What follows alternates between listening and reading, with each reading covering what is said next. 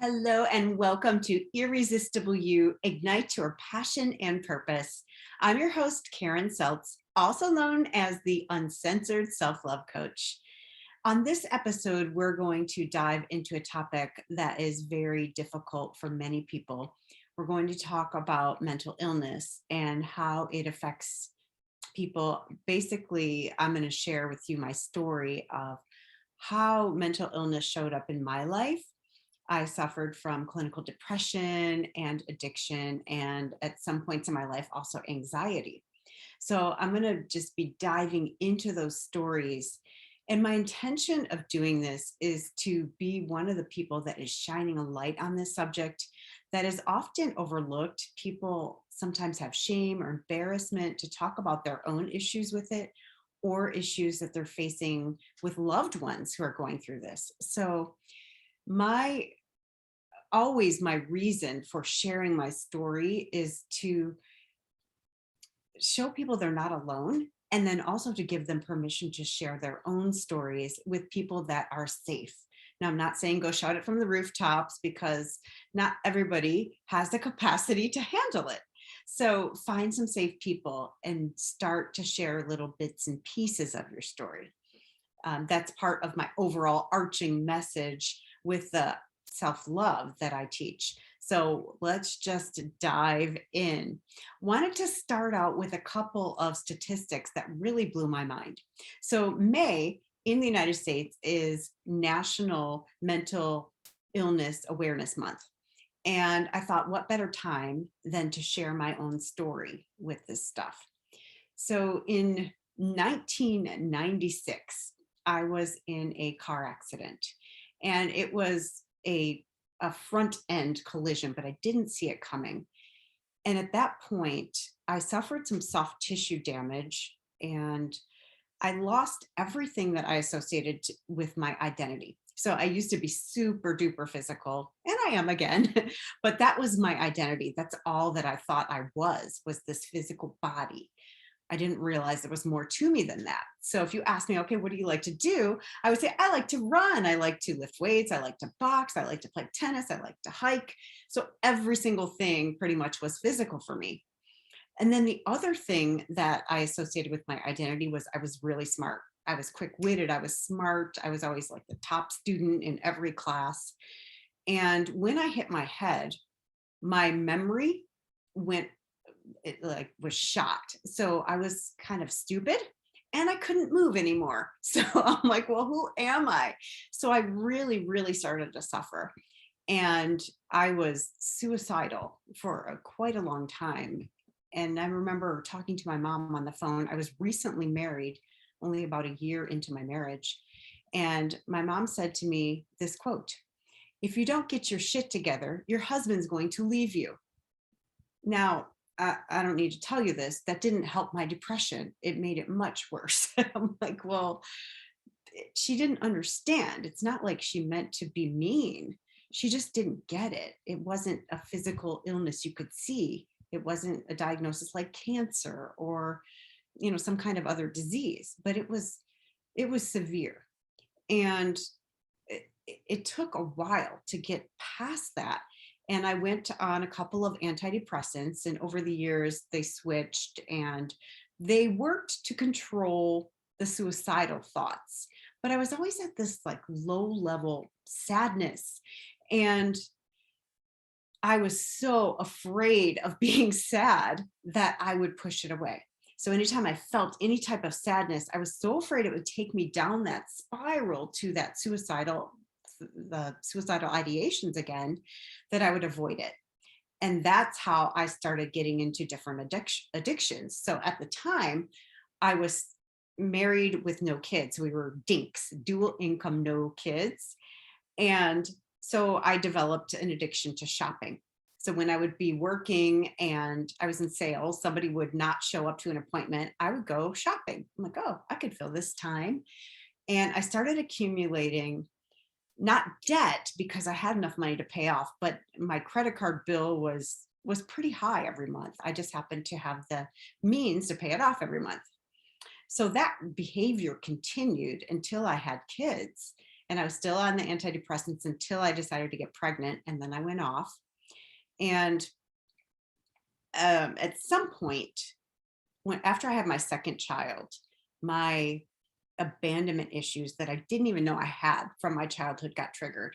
And this is fascinating to me because what triggered it was my ex-husband was using alcohol to numb his pain. I was using shopping still to numb my pain and to not feel my feelings. So we were pretty much the same, only different drugs of choice. And at one point, my second child, when she was born, she had a lot of medical complications. And by the time she was 1, she had 20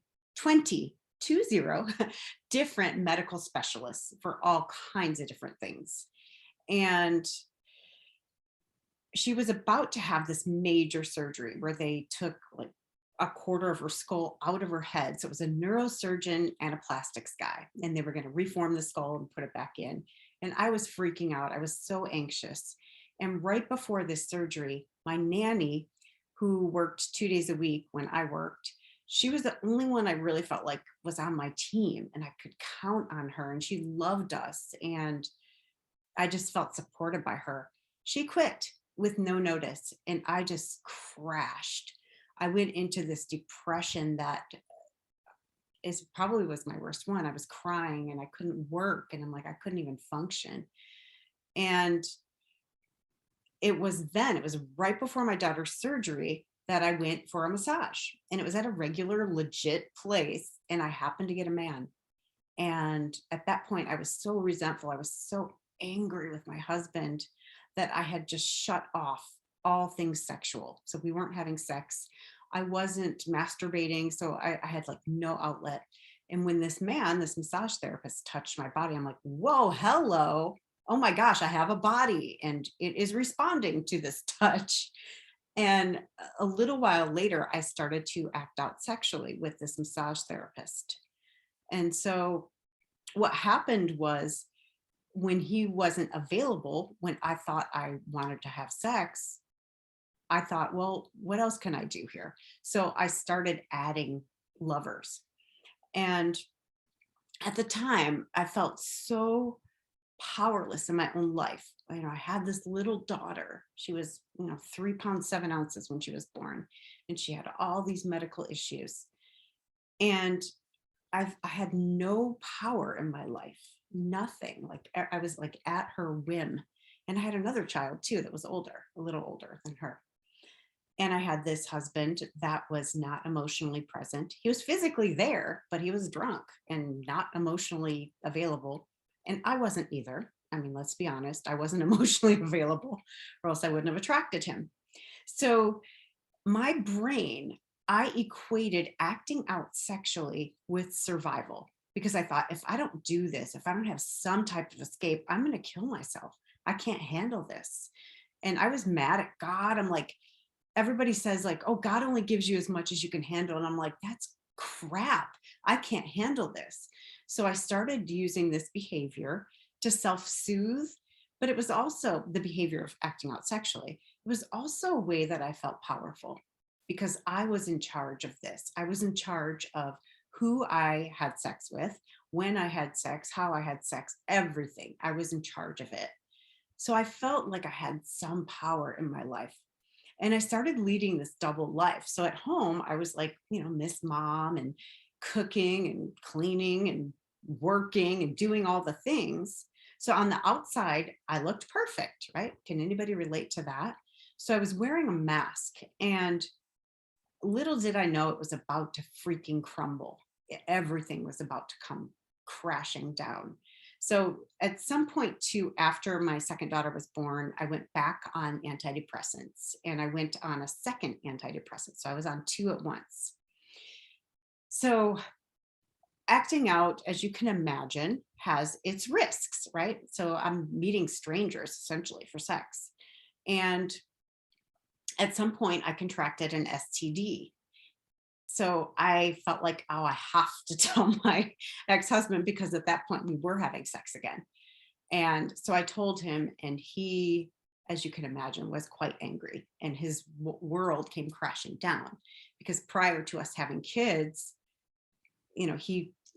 his world revolved around me. And I set it up that way that he would be completely dependent on me so he would never leave me. I didn't even know that I had abandonment issues until the nanny quit. So I'm like, oh, I see what I did here. So anyways, when I told him, then he was very, very angry and drank even more. And at some point, something had to give. And I'm like, okay, I started going to Sex Addicts Anonymous meetings because I knew I had a problem. I just wasn't ready to stop yet. But I was going to meetings, and I asked him if he would go to AA meetings or get some help. And he's like, I don't have a problem. I'm not going. So ultimately, I gave him the ultimatum, like, you either quit drinking for a week. I just asked for a week, or you move out. He's like, I'm not an alcoholic, so I'm not going to quit drinking. I'm like, okay, well, then you made your choice. So he moved out. All right. So moving on. Eventually, I kept acting out. And eventually I had some boyfriends that I didn't cheat on. This is like a first for me in my entire life, right? Like, I always cheated on people because if something was going like not so well in the relationship, I always felt like they had one foot out the door. So when I felt that, I'm like, oh my gosh, if I don't have a boyfriend or a husband or whatever, that means I'm unlovable. And something crazy happened in my brain. I would start searching for Mr. Next, so that I would never be alone. And I wasn't until, I don't know, maybe 7 years ago, before I took it on and was really willing to forego a relationship because I knew I needed to. So I kept that pattern up until I decided, I made a decision one day to get sober. And this was nearly 7 years ago from sex addiction. So once I made that decision, it was really interesting how things lined up. I got a coach, I got a new sponsor, and it wasn't like they say, like one day at a time. It was boom. Like, I spent 5 or 6 years in SAA, but I was still acting out sexually. I didn't want to stop. And then all of a sudden I'm like, a coach said this to me, if you want anything to change in your life, you have to stop the addictive behavior. And I realized, my sponsor at the time said to me, I told him one day, I said, I was acting out with this guy that I was completely addicted to physically, and I could not stand him as a person. And I said, to my sponsor, I am in this addiction so deep, I don't see how I can ever get out. And I was distraught. I was devastated. I was hopeless. And he said to me, well, what do you think it's costing you? And without missing a beat, me, Miss Smart Aleck, I said, I don't think it's costing me anything. I just don't think I could stop. And he said, well, would you be willing to make a list? And I said, yeah, but it's going to be a short list. So I actually did it. I actually went home and made a list. And at item number 39, I'll never forget this, I wrote, it's costing me everything, because as long as I'm doing what I'm doing, I don't feel like I deserve anything good in my life. So I was sabotaging everything. Everything I touched turned to crap because I didn't feel like I deserved better. So that was integral in me stopping, was realizing that it was costing me and my children everything. And I could expect nothing different in my life, only worse, if I kept going. So I made the decision to stop, and I got support. So that's, was the main thing that really supported me in moving along. So fast forward 3 years. 3 years, I'm sober, I'm going along, I'm, building my coaching business, because also prior to that, I was trying to be a coach. And I'm like, I can't coach anybody. I'm a freaking hypocrite. How can I, support anybody in improving their life when I'm doing what I'm doing? It didn't match up for me. And I'm like, can't do it. So I was making no money. So anyways, I went to this event through my business coach, and I met this trauma release specialist. And I'll give you a link later, because this is phenomenal. His name is Dr. Don Wood. And he did this program for us that was trauma release. And what it does is it takes traumas which are stored in high definition. So when we experience a difficult emotional event, it is stored way differently and in a different place in our brain. And he calls it high definition. So we remember like what we were wearing, what the colors were, what the smell was, what time of day it was. We remember like every single detail, smells, tastes, sight, sounds, who was there. So he takes this memory and he does like a 2-minute exercise after teaching your brain how trauma is stored and how all kinds of things. And after doing this 2-minute exercise, you can remember the event, but it is reclassified at the same way. If I asked you, like, what'd you have for dinner last Tuesday night? You'd be like, unless it was a fancy evening, your birthday or something, you probably have to think about it. So imagine recalling a traumatic event and having no like, oh, no pit in your stomach, no anxiety, no trepidation, no increased heart rate. And that's what this program did for me. Because what happens with trauma, it's stored in the subconscious mind. And the subconscious mind is only operating in the present tense. So when it is searching the environment, does anything that I'm experiencing right now remind me of one of those emotionally difficult or traumatic events? And the second it finds one, it triggers your autonomic nervous system, like, oh my gosh, prepare for fight, flight, or freeze, because this is happening now. So it thinks that this event 10 years ago is happening now. And the reason it gets triggered, it's calling for an action. Well, can you do anything right now in this present moment about that event that happened 10 years ago? No. So it keeps repeating this because it's unresolved. So his program, Dr. Wood's program, resolves this trauma so that you can be available and you're not triggered by anything, really, nothing. And then your body can go into maintenance and repair. So his philosophy is the root cause of all addiction is trauma, and the cause of all disease is inflammation. The cause of all inflammation, trauma, like almost all of it. So when you resolve the trauma, your body goes into a stasis, like homeostasis. It knows what to do. It goes into maintenance and repair. And it's just a glitch in the brain. That's it. It's 100% fixable. 100% fixable. So after doing this program, it's called TIP, the Inspired Performance Program. I realized that I could do all kinds of things that I couldn't do before. And I was 100% available and not reactive. I was just like, oh, interesting. That's interesting that this person is pissed off at me right now. Like, okay, I see that you're angry. What did I trigger in you? Like, it was nothing for me. My stomach didn't go crazy. My heart didn't start beating. I didn't like, I grew up in a violent household, so I was always ready to fight. So that kind of, it went away. And I was able to be present for myself, for my family, for my friends, for my clients, and show up in a whole new way.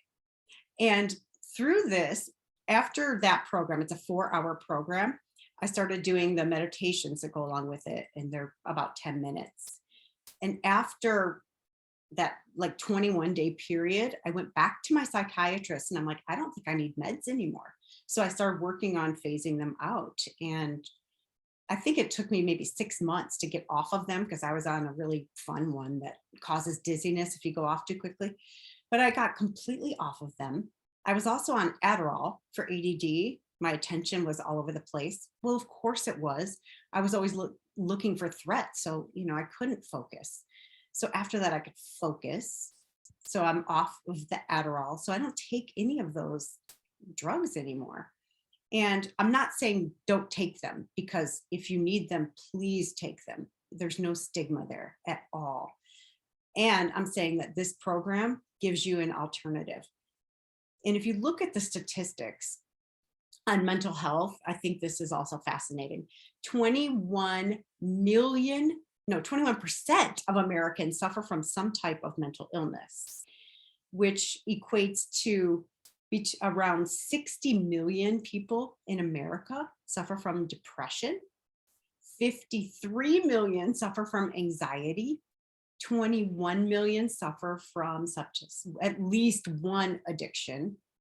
And more than 12 million people last year reported having suicidal thoughts. That's a lot of people. It's a lot of people suffering. So I believe that when we are willing to tell our stories and to say what worked for us, and even, when I have bad days, I have things in place that I have people I can call. I'm like, man, and for me, it's a lot of times believing a certain thing about myself, going back to those core wounds, like I don't matter if a man doesn't want me or love me. I'm not lovable. I'm not enough. I'm not worthy.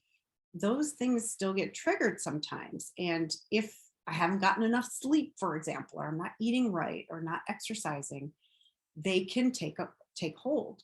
So what I have in place is a network of people that I can call at any time, like, man, I'm believing that I'm a piece of shit. Can you remind me of who I am? And they might ask me some questions, or they might say, Karen, how do you show up for people? Like, who are you really at your core? What are the things about you that never change? So I can get right back on track. Now, I'm not saying I don't do crazy things. I still am human. Like, I still do things that are not in alignment with my highest ideals of myself. When I do, I take a breath, and the second I catch it, I call people back, or I go see people and say, hey, this had nothing to do with you. Nothing to do with you. I was triggered or whatever. I'm very responsible for my behaviors. And for me, being responsible, instead of pushing it under the rug, hoping it goes away, or destroying relationships over stupid things, it is a way that I feel good about myself. I'm like, man, that took a lot of courage to admit that. And then I feel good about myself, and I feel like I'm in integrity. And all of that helps to have the self-image that I really have cultivated over the years. Because I tell you, it was at least a 20-year journey for me, with the depression and then the anxiety. And I do want to show you guys something, because I find this a very fascinating technique. One of my certifications is in something called Brain Gym. Now, Brain Gym is a system, it's a technology of very simple movements that restructure the brain. And when you combine it with a clear intention or a goal, it will permanently rewire the brain. Now, you can also use these movements to create like an instant effect. So when I have suffered panic attacks in the past, I haven't had them in 15 years or something. There's a position, it's called whole brain position. And I want to show it to you, because if you start to feel yourself go into a panic attack, anxiety attack, or any type of like crazy racing thoughts, this will work. It's magic. I'll tell you why it works too, but I'm going to show it to you first. So the first thing you're going to do, you're going to take your hands in front with your thumbs down and the backs of your hands facing each other. You're going to cross your arms at the wrist and intertwine your fingers, and then pull them into your heart. At the same time, you're going to cross one foot over the other. So if you could see my arms and legs, they're like this in a figure eight. Now I'm just going to stay in this position. So in Chinese medicine, there's something called acupuncture, right? And acupuncture is based on the meridians in the body. And the meridians are the way the energy flows. And there are 14 main ones in the body. 12 of those 14 begin or end in the fingers and toes. So instead of them being choppy, you are making a circuit. You are connecting them all with this position, because the energy is constantly flowing. It's not stopping. At the same time, there's a breathing technique that connects the last two. So on the inhale, you're going to bring your tongue up to the roof of your mouth, just behind your upper teeth, with your mouth closed, but I'm going to show you. Right there. So on the inhale, you bring it up, which connects it to this point. And on the exhale, you let it fall, which connects it to this point. And those are the two main, like the central and the governing meridian in the body. So you're breathing in, your ankles are crossed, and your arms are like this. If this is uncomfortable, you can do a Mary Catherine Gallagher and put your hands under your armpits because you're still getting the same flow. If you don't know who that is, don't worry about it. It's a Saturday Night Live reference. So you're going to breathe in, tongue up, breathe out, tongue down. And you can just stay in this position until it passes. I tell you, if you're hydrated, it is nearly impossible to hold on to a negative thought when you're in this position. Try it. If you're pissed off at somebody, try it. Get in this position. Try it. And then after you've been here for a little bit, uncross your feet and you feel calm. Uncross your feet, touch your fingertips gently together, and then continue the breathing with the tongue up on the inhale and down on the exhale. And I bet you will feel amazing. And if you start to feel an anxiety or a panic attack coming on, get into this position as soon as possible, and you can stop it in its tracks. Because here's the other thing with the research on this, Dr. Wood that I was mentioning, he says that it is 100% predictable about an hour before anybody has a panic attack, their body has already gone into fight or flight. They don't notice it. So he developed a technology he's working on to alert somebody like you're going into a panic attack any minute. So, do your thing, stop, drop, and roll. You're on fire. So this is one of the things you could do if you notice any symptoms at all that you're going into a panic attack. So I hope that supports you. And know that, living with mental illness or depression, anxiety, addiction, it doesn't have to be a life sentence. It doesn't. There are ways to, for many of them. I'm not talking about like the things like bipolar or schizophrenia. I haven't done research on that, so I'm not going to speak on that. But there are ways that you can naturally combat these things, like getting enough sleep, praying and meditating, doing this trauma release thing. I also am a big follower of Dr. Joe Dispenza, and the things that he does with meditation and breathing are ways to elevate yourself and to get out of that gutter and that repetitive cycle of fight, flight, or freeze. So I highly recommend you check all that out. If you are interested in Dr. Wood's work, shoot me, let's see, my email is Karen@KarenSeltz.com. Shoot me an email and I will send you some links. He's been on lots of podcasts, Ben Greenfield, Dave Asprey, James Wedmore, a lot of different podcasts. So I'm happy to send you those links as well. I thank you so much for joining. We're going to continue to explore these topics, and I invite you to drop me an email and let me know what other topics you are interested in hearing. So glad that you joined tonight. Thank you so much for watching.